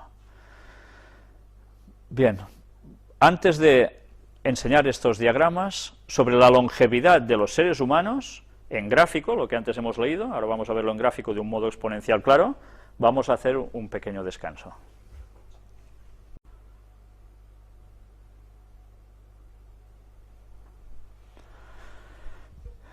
¿Vamos a seguir la conferencia o no? ¿Sí? Vale. Pues vamos a seguir la conferencia precisamente con el diagrama de longevidad o algunos diagramas de longevidad y alguna explicación también pertinente. Aquí tenemos, como antes del diluvio, las edades de los patriarcas puestas por años en la izquierda y abajo los años desde la creación, y podemos situar a los personajes importantes, Adán, Set, Enos, Cainán, etcétera. Vemos hasta qué años llegaron, por ejemplo Sem, 1600 años después de la creación. Y vamos a ver también esta otra gráfica interesante, ya postdiluvio, después del diluvio, donde vemos a partir de Sem, van pasando los años con Arfaxad, Sala, Pelé, Eber, etcétera, etcétera, hasta Abraham, Isaac, Jacob y José, el transcurso de años que suceden. Y también ahora lo que vamos a ver es los factores conducentes a la pérdida de longevidad. Hay muchos estudios hechos sobre esto. ¿Por qué la gente posterior al diluvio vivió tantos años menos en comparación con los antediluvianos? ¿Eso es coherente? ¿Es lógico? ¿Qué pudo pasar para que la gente viviera menos? Se han hecho estudios, yo creo que fantásticos, de bien hechos que están, de las explicaciones de por qué esto ha sucedido así. Vamos a ver aquí una tesis precisamente muy interesante, que es un buen resumen de otras personas científicas que han estudiado sobre esto. ¿Qué factores llevaron a la disminución de la longevidad tras el diluvio? Punto número 1. El colapsamiento de la cubierta de agua, seguramente vaporizada, que rodeaba la Tierra a modo de filtro y de cubierta tipo invernadero, que daría al mundo antediluviano un clima subtropical de polo a polo. El clima era el mismo en todo el planeta. El eje de la Tierra, además, era recto, no estaba inclinado como conocemos ahora la Tierra. Vimos nosotros cómo a través del tsunami de Sumatra y de otros posteriores, como también el que pasó en Japón, cómo el eje de la Tierra se ha ido inclinando cada vez que pasaba un hecho así. Pues imaginaros un diluvio que veremos que no solo fue agua que descendió en picado desde arriba del cielo, sino que salió también de otros lugares, o sea, del propio subsuelo, más otras cosas que llegaron a acontecer, como evidentemente el eje de la Tierra dejó de tener la verticalidad pertinente. Esto provocó que post-diluvio la atmósfera fuera distinta, la infracción de los rayos del Sol o la refracción de los rayos del Sol sobre la Tierra, se crearan los polos, el clima fuera distinto en distintas zonas, todo fue distinto a raíz de eso. Vamos a ver el punto número 2. La intensa conmoción de los fondos oceánicos, con la apertura de innumerables bocas volcánicas, arrojando lava, agua juvenil, gases, etcétera, provocando una terrible actividad tectónica, transgresiones marinas. Lo que está diciendo aquí, en esta tesis, no es ninguna tontería. Vamos a ver cómo Ellen White, en sus escritos, ya nos decía exactamente que esto sucedió así. Y Ellen White no era ninguna científica, ya sabéis que más bien era una señora bastante humilde, bastante cateta, para que me entendáis, sin estudios prácticamente, y en cambio ella estaba describiendo todo lo que sucedió y con unos detalles que precisamente coinciden con lo que aquí se dice, la cual cosa provocó desgarres en toda la estructura de la Tierra. De ahí que ahora podamos llegar a entender todos los fósiles que se van encontrando, los distintos estratos, los distintos objetos, y el por qué el mundo está subdividido en continentes tal como lo tenemos ahora. El diluvio modificó drásticamente toda la Tierra. Punto número 3. El campo magnético de la Tierra, en progresiva disminución, habría daños genéticos en los hombres antes del diluvio. El campo magnético actúa como escudo deflector de los rayos cósmicos que inciden en la Tierra, y al ir perdiendo progresivamente su eficacia, estos rayos inciden con mayor fuerza sobre la población de la Tierra. Claro, ya afecta directamente al género humano también. En el punto número 1 nos he terminado de comentar de cómo dar la explicación aquí. La Tierra estaba envuelta por una capa atmosférica de una gran densidad de agua vaporizada, y cuando dice la Biblia que el agua se desplomó de lleno, es que verdaderamente toda esa capa que recubría la atmósfera de agua bajó como cataratas. Y claro, ellos que no habían visto llover nunca, que se estuvieron mofando de Noé porque jamás una nube descargó agua, que la Biblia dice que la tierra se regaba por un vapor que salía de ella. Imaginaros los hombres de ciencia de antaño, qué pitorreo cuando Noé dijo que iba a llover. Era científicamente imposible. Pero es que Dios es el Dios de la ciencia y de las leyes de la ciencia, y si Él quiere modificar algo, lo hace. Y el ser humano, por más científico que sea, tendrá que apechugar con las leyes de Dios tal como Él las quiere poner en su momento. Pues bien, esas cataratas que caían del cielo provenían de esto, y se juntaron con agua que salió subterránea y todas las actividades volcánicas al mismo tiempo. Esto empieza a explicar el porqué de lo que antes os decía. Punto número 4. El dióxido de carbono en la atmósfera en grandes cantidades indican que aumenta la acidez de la sangre. Un resultado de ello es una superior retención de calcio y zinc. Esto eliminaría la artritis. El efecto más importante es la dilatación de los vasos sanguíneos del cerebro y piel. Llevaría una mayor oxigenación al hipotálamo, encargado de regular el envejecimiento. Entonces, al aplicarle CO2 en gran cantidad, retardaría el proceso de madurez. Bien, ya veis, y hay aún otras explicaciones al respecto, que lo podéis ver incluso en documentales que vale la pena ver, porque es lo que normalmente la ciencia no dice de todo esto. Vamos a ver aquí esta gráfica sobre lo que antes os hablaba de la fuerza vital. Desde el nacimiento o la creación del hombre, por decir algo, de Adán en este caso, toda esa potencia, esa fuerza vital con la que Dios le dotó. Adán, evidentemente, ¡pam!, está hecho al 100%, es una pila completa, por decir algo. Con el pecado, se va gastando esa pila, ya no se alimenta de la energía necesaria del árbol de la vida y va declinando hasta que a los 930 años fallece. La fuerza vital que nosotros tenemos, hay citas de Ellen White que son realmente impresionantes, y esto está basado precisamente en ello. 20 veces menos de fuerza vital, 5% respecto de Adán, 10 veces menos en años de vida, 10% respecto de Adán. Nosotros seríamos esta gráfica roja de aquí, no la línea azul de vida de Adán. Nosotros, 80, 90 años, como mucho, es solo un 10% de la longevidad de Adán. Llegamos aquí, ¡puf!, ya está. ¡Qué miseria! ¿Eh? ¡Qué miseria! Y por estos breves años que hacen ¡puf!, nos matamos a conseguir lo que sea, intentar vivir, oh, venga, no sé qué. Bueno, qué burros somos, porque nosotros sí que podemos vivir esto aquí, pero es que por delante tenemos una línea que no llegará solo hasta aquí, irá ascendiendo, que será la eternidad. Y nos vamos a perder la eternidad, algo incomputable en tiempo, por querer hacer nuestras bobadas. Vaya cambio. Pero de eso ya se encarga Satanás, de hacer atrayente su modo de vida, ¿no? Pues nosotros, con el paso de los años, no tenemos esa carga de energía vital que tiene Adán, tenemos mucha menos. Por eso nos pasa que nuestra longevidad es tan corta. Bien, ¿cómo se va a recuperar eso?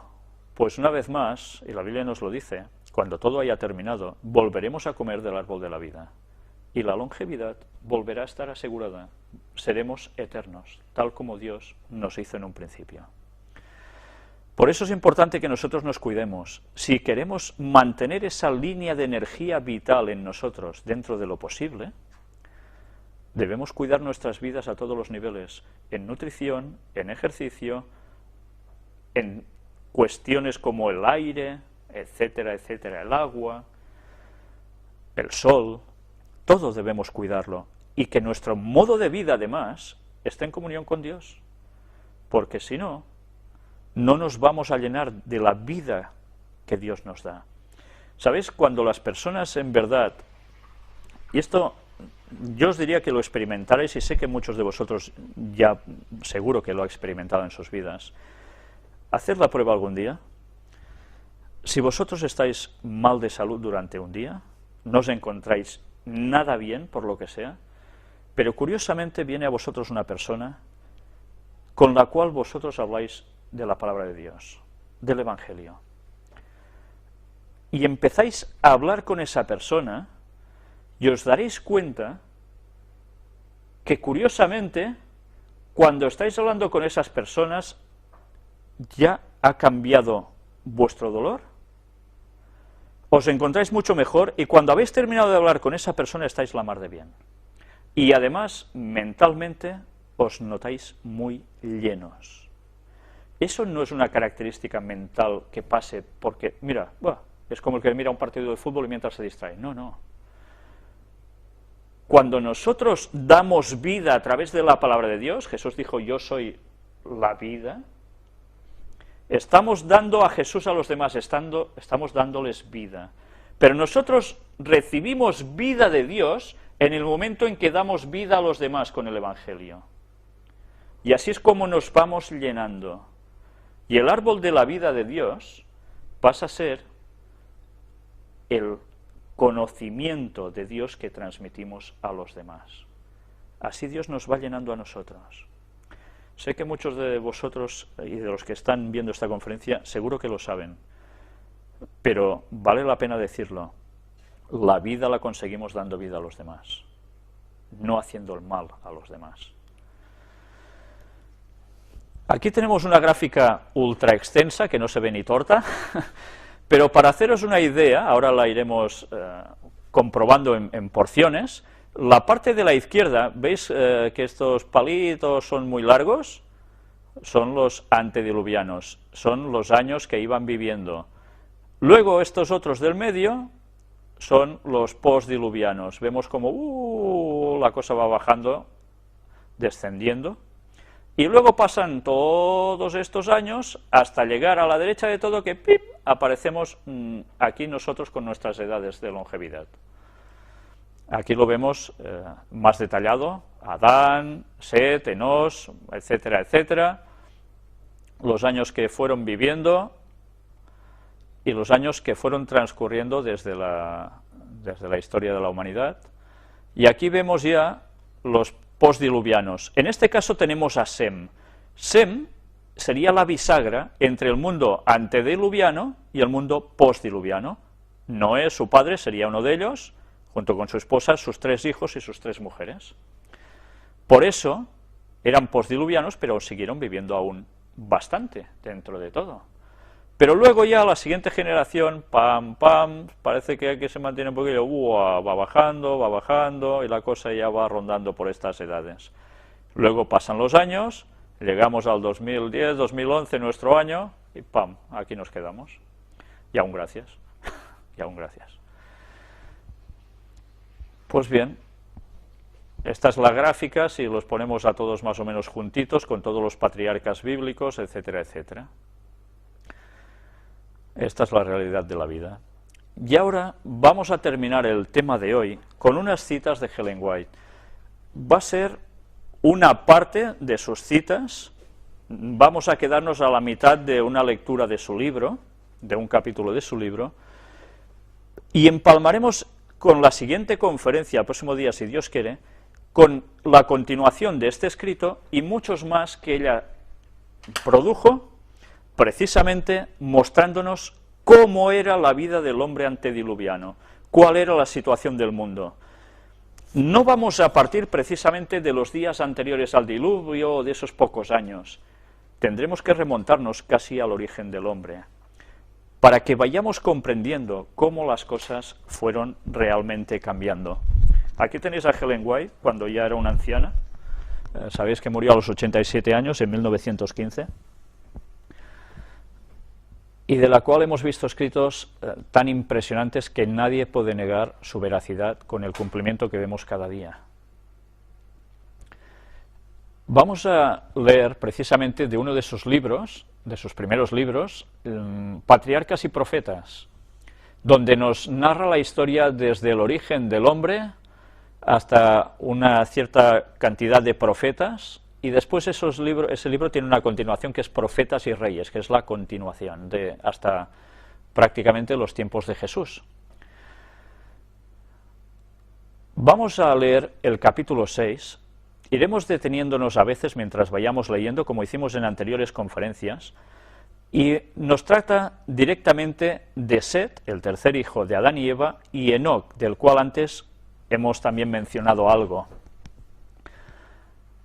Adán tuvo otro hijo, que debía ser el heredero de la promesa divina, el heredero de la primogenitura espiritual. El nombre dado a este hijo, Set, significa señalado o compensación, pues dijo la madre: Dios me ha sustituido otra simiente en lugar de Abel, a quien mató Caín. Esto se registra en Génesis 4:25. Es interesante las palabras que aquí utiliza Eva. Simiente en lugar de Abel. Recordemos que en Génesis 3:15 se hace la primera profecía donde dice la guerra que habría entre los descendientes de Satanás y los descendientes del pueblo de Dios, o sea, los hijos que no siguen lo correcto y los que siguen lo correcto, hasta llegar al Mesías, donde hay el gran conflicto y donde se decide la suerte de toda la humanidad de todos los tiempos. Es muy importante conocer que Jesús venía de la simiente precisamente de Set. Set aventajaba en estatura a Caín y Abel, y se parecía a su padre Adán más que sus otros hermanos. Os vais a sorprender cuando veáis qué descripción se da de Adán. Ellen White escribe sobre ello, y entenderemos cómo la tierra verdaderamente estaba habitada por gigantes. Gigantes en comparación con nosotros, evidentemente. Tenía un carácter digno y seguía las huellas de Abel. Sin embargo, no había heredado más bondad natural que Caín. Esto es interesante. Si nos damos cuenta, ya los hijos de Adán y Eva heredan la tendencia que al bien o al mal. Al mal. El pecado ya ha quedado registrado en nuestros genes y nuestra tendencia natural ya no es el bien, como era la de Adán y Eva antes del pecado, sino nuestra tendencia natural ya es el mal.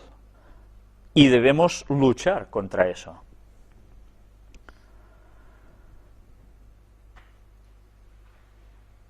Acerca de la creación de Adán se dice, a la semejanza de Dios lo hizo. Pero el hombre, después de la caída, engendró un hijo a su semejanza, conforme a su imagen. Génesis 5, 1 y 3. En tanto que Adán había sido creado sin pecado, a la semejanza de Dios, Set, así como Caín, heredó la naturaleza caída de sus padres. Pero recibió también el conocimiento del Redentor e instrucción acerca de la justicia. Una vez más nos sale la palabra conocimiento. Recordad que en una anterior conferencia estuvimos hablando precisamente de ese conocimiento. ¿Recordáis las palabras de Oseas? Mi pueblo se perdió por falta de conocimiento. Pues había una línea genealógica que lo tenía. Mediante la gracia divina sirvió y honró a Dios y trabajó como Abel lo hubiera hecho de haber vivido, por cambiar las mentes pecaminosas de los hombres y encauzarlas a reverenciar y obedecer a su Creador. Ya nos está refiriendo que él seguía, pero los demás hermanos no, ni sus descendientes. Por eso intentaba encauzarlos en lo correcto. Y a Set también le nació un hijo, y llamó su nombre Enós. Entonces los hombres comenzaron a llamarse del nombre de Jehová. Génesis 4:26, interesante, comenzaron a llamarse del nombre de Jehová. Los fieles habían adorado a Dios antes, pero a medida que aumentaba el número de los seres humanos, se iban multiplicando, se hacía más visible la distinción entre las dos clases en que se dividían. Había franca lealtad hacia Dios de parte de una clase, así como desprecio y desobediencia de parte de la otra. Las dos simientes.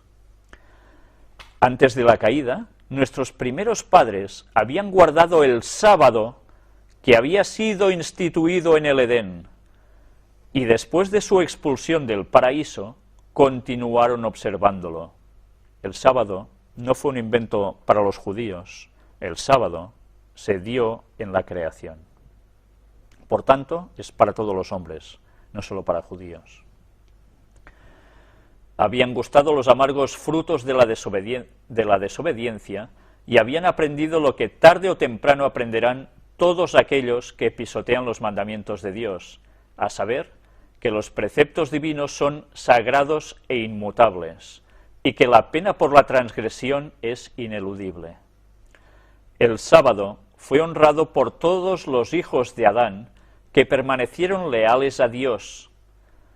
Pero Caín y sus descendientes no respetaron el día en el cual Dios había reposado. Eligieron su propio tiempo para el trabajo y el descanso, sin tomar en cuenta el mandamiento expreso de Jehová. Digamos que la marca de la bestia ya estaba en los orígenes de los tiempos. Solo los guardadores del sábado seguían lo que Dios hacía o quería para ellos. Al recibir la maldición de Dios, Caín se había retirado de la familia de sus padres, había escogido primeramente el oficio de labrador y luego fundó una ciudad, a la cual dio el nombre de su hijo mayor. Esto es interesante, ¿eh? Démonos cuenta cómo Caín es el primero en fundar una ciudad. Se había retirado de la presencia del Señor, desechando la promesa del Edén restaurado, para buscar riquezas y placer en la tierra maldita por el pecado, y así se había destacado como caudillo de la gran multitud que adora al Dios de este mundo, o sea, Satanás. Fue el líder de ellos, Caín. sus descendientes se distinguieron en todo lo referente al mero progreso terrenal y material. ¿Veis sus descendientes qué hicieron? Un progreso terrenal y material. ¿Qué es esto? Pues una buena civilización, no es otra cosa. Pero menospreciaron a Dios y se opusieron a sus propósitos hacia el hombre. Al homicidio, cuya comisión iniciara Caín, Lamec, su quinto descendiente, agregó la poligamia y con cínica jactancia reconoció a Dios tan solo para sacar de la venganza prometida a Caín una garantía de su propia salvaguardia. Abel había llevado una vida pastoral, habitando en tiendas o cabañas, y los descendientes de Set hicieron lo mismo y se consideraron peregrinos y advenedizos sobre la tierra, que buscaban una patria mejor, es a saber, la celestial. Y esto se escribe en Hebreos 11, 13 y 16. Qué curioso, ¿eh? El pueblo de Dios llevaba una vida natural, mientras los otros se apiñaron en ciudad.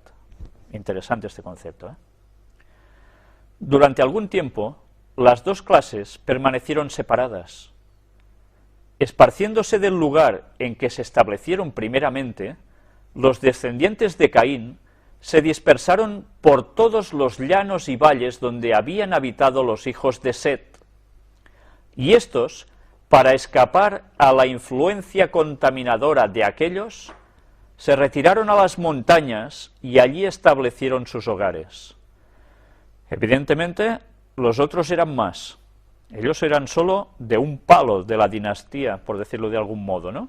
Los otros eran más y se extendieron más, y fueron cada vez más hacia ellos, que estaban separados porque ellos no querían ser paganos. Y al final se vieron obligados a tener que retirarse a las montañas. Vayamos aprendiendo las lecciones, porque la historia siempre se repite.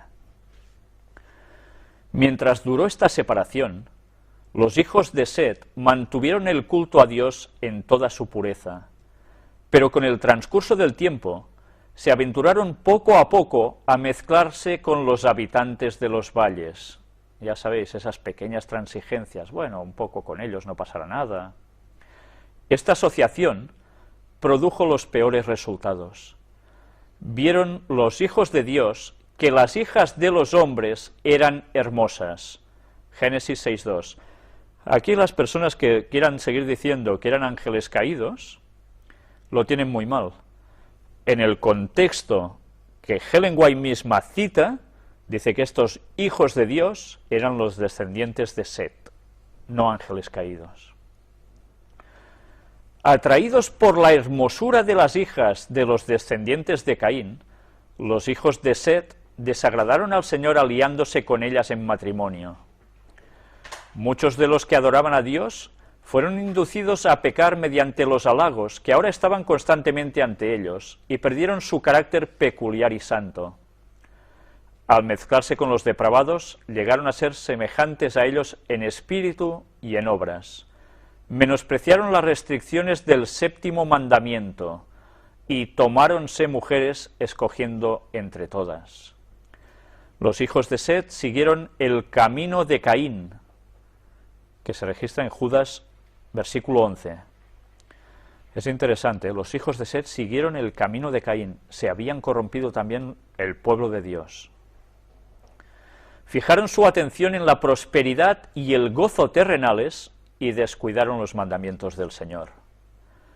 A los hombres no les pareció tener a Dios en su noticia, se desvanecieron en sus discursos y el necio corazón de ellos fue entenebrecido. Por tanto, Dios los entregó a una mente depravada. Romanos 1, 21 y 28. Es lo que posteriormente también el apóstol Pablo dice, y a lo bueno llamaron malo, y a lo malo bueno, ¿no? Ahora parece que las cosas malas debemos aceptarlas como algo normal. Va en contra de lo que sabemos que debe ser, pero es igual, todo es normal, y todo es bueno. El pecado se extendió por toda la tierra como una lepra mortal. Adán vivió casi 1000 años entre los hombres como testigo de los resultados del pecado. Con toda fidelidad trató de poner coto a la corriente del mal. Es impresionante, ¿eh? Adán se dio cuenta de cómo había metido la pata haciendo entrar la destrucción en la tierra, el mal, con su pecado. ¿Y qué quiso hacer? Combatir, poniendo freno al mal. Se le había ordenado instruir a su descendencia en el camino del Señor y cuidadosamente atesoró lo que Dios le había revelado, y lo repetía a las generaciones que se sucedían. A sus hijos y a sus nietos, hasta la 9ª generación, pudo describir Adán el estado santo y feliz del hombre en el paraíso, y repitiéndoles la historia de su caída, les refirió los sufrimientos mediante los cuales Dios le había enseñado la necesidad de adherirse estrictamente a su ley, y les explicó las misericordiosas medidas tomadas para su salvación. Pero sólo unos pocos prestaron atención a sus palabras. A menudo le hacían amargos reproches por el pecado que había traído tanto dolor a sus descendientes. Lo de Adán fue un martirio. Esos 900 y pico de años que vivió, 935, para él fueron un suplicio, intentando mitigar el mal que había hecho, y encima tenía que soportar los reproches de los demás que le culpaban a él de, mira, somos así por culpa tuya, ¿no? Eso no debería ser nada fácil, ¿eh? La de Adán fue una vida de tristeza, humildad y contrición. Cuando salió del Edén, la idea de que tendría que morir le hacía estremecerse de terror.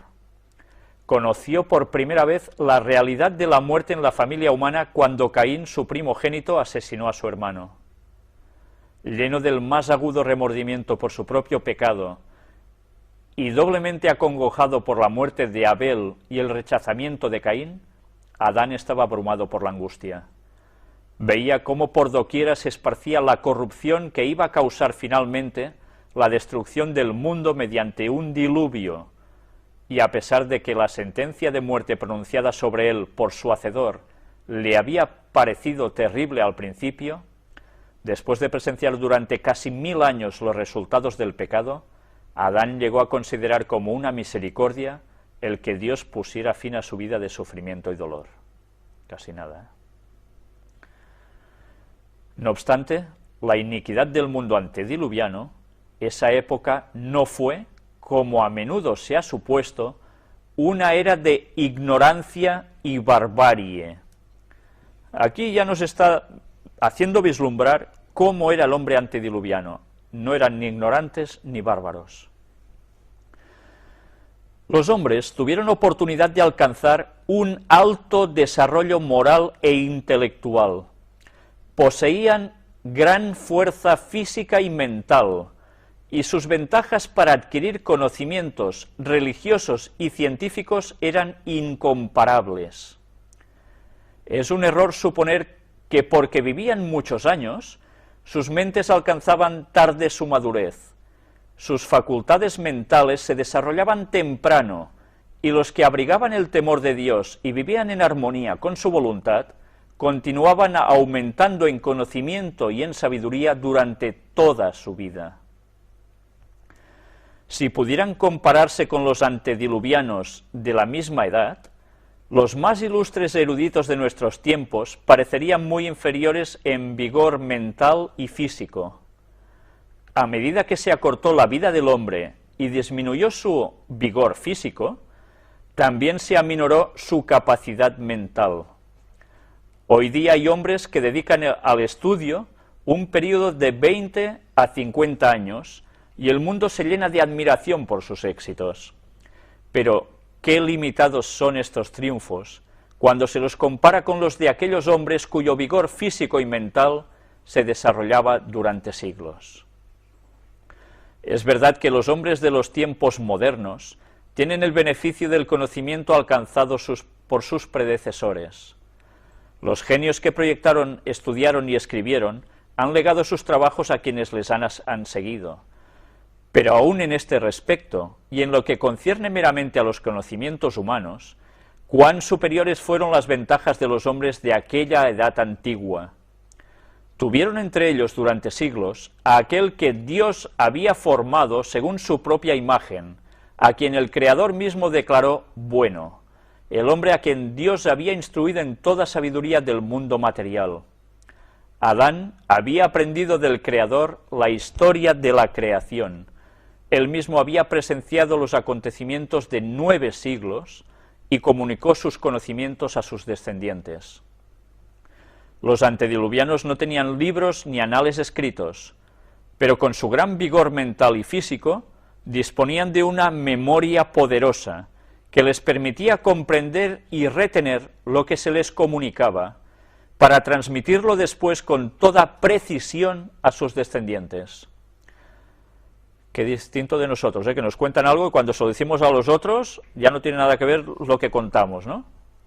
Hacer la prueba, eso que llaman el teléfono, ¿no? Que uno se corre la voz al otro y cuando da toda la vuelta al círculo de personas, el final no tiene nada que ver con lo que era. Durante varios siglos hubo 7 generaciones que vivieron contemporáneamente y tuvieron la oportunidad de consultarse para aprovechar cada uno los conocimientos y la experiencia de las demás. Claro, su longevidad les daba para esto. Las ventajas que gozaron los hombres de aquellos tiempos para obtener un conocimiento de Dios por el estudio de su obra no han sido igualadas desde entonces. Lejos de ser una era de tinieblas religiosas, fue una edad de grandes luces. Todo el mundo tuvo la oportunidad de recibir instrucción de Adán, y los que temían al Señor tuvieron también a Cristo y a los ángeles por maestros. Casi nada, ¿eh? Y tuvieron un silencioso testimonio de la verdad en el huerto de Dios, que durante siglos permaneció entre los hombres. Está hablando del huerto del Edén. Adán y Eva habían sido expulsados de allí, pero el huerto aún estaba allí en tiempos antediluvianos. A la puerta del paraíso, guardada por querubines, se manifestaba la gloria de Dios, y allí iban los primeros adoradores a levantar sus altares y a presentar sus ofrendas. Allí era donde Caín y Abel habían llevado sus sacrificios y Dios había condescendido a comunicarse con ellos. Interesante, ¿eh? En la puerta del paraíso, donde los querubines estaban y con esa espada encendida que revoloteaba, no permitían el acceso al árbol de la vida para que el pecador siguiese viviendo eternamente, allí es donde se manifestaba la gloria de Dios. Y esto los antediluvianos lo veían durante años y años. Y los que seguían a Dios, allí se concentraban. El escepticismo no podía negar la existencia del Edén mientras estaba a la vista, con su entrada vedada por los ángeles custodios. El orden de la creación, el objeto del huerto, la historia de sus 2 árboles tan estrechamente ligados al destino del hombre, se refiere también al del conocimiento del bien y del mal, el que fue la transgresión de ellos, eran hechos indiscutibles, y la existencia y suprema autoridad de Dios, la vigencia de su ley, eran verdades que nadie pudo poner en tela de juicio mientras Adán vivía. A pesar de la iniquidad que prevalecía, había un número de hombres santos, ennoblecidos y elevados por la comunión con Dios, que vivían en compañerismo con el cielo. Eran hombres de poderoso intelecto, que habían realizado obras admirables. Tenían una santa y gran misión, a saber, desarrollar un carácter justo y enseñar una lección de piedad, no solo a los hombres de su tiempo, sino también a las generaciones futuras. Solo algunos de los más destacados se mencionan en las Escrituras, pero a través de todos los tiempos Dios tuvo testigos fieles y adoradores sinceros. Y bien, vamos a dejarlo aquí, porque ahora vamos a hablar de Enoc. Pero esto tendrá que ser en la próxima conferencia. Creo que con lo que hoy hemos visto hemos tenido ya una buena introducción y con lo que Ellen White nos ha ido desvelando, hemos ido comprobando en sus palabras cómo era el hombre antediluviano. Nada que ver con la evolución que nos explican siempre. Vais a quedar maravillados con todo el resto de cosas que ella cuenta y que, curiosamente, la verdadera ciencia está descubriendo que no son bobadas. Hay pruebas de ello. Esto lo deberemos mostrar en la siguiente conferencia, si Dios quiere. No sé si dará para 2 o 3 conferencias, no lo sé, hay bastante lectura, pero creo que es indispensable que no nos perdamos nada de lo que dice, porque nos va a ayudar a saber por dónde pisamos y cómo Satanás está preparando al mundo para el gran engaño final. Toda la historia se va a repetir. El mundo no va a volver a ser destruido por un diluvio. Esta es la promesa que se le da a Noé.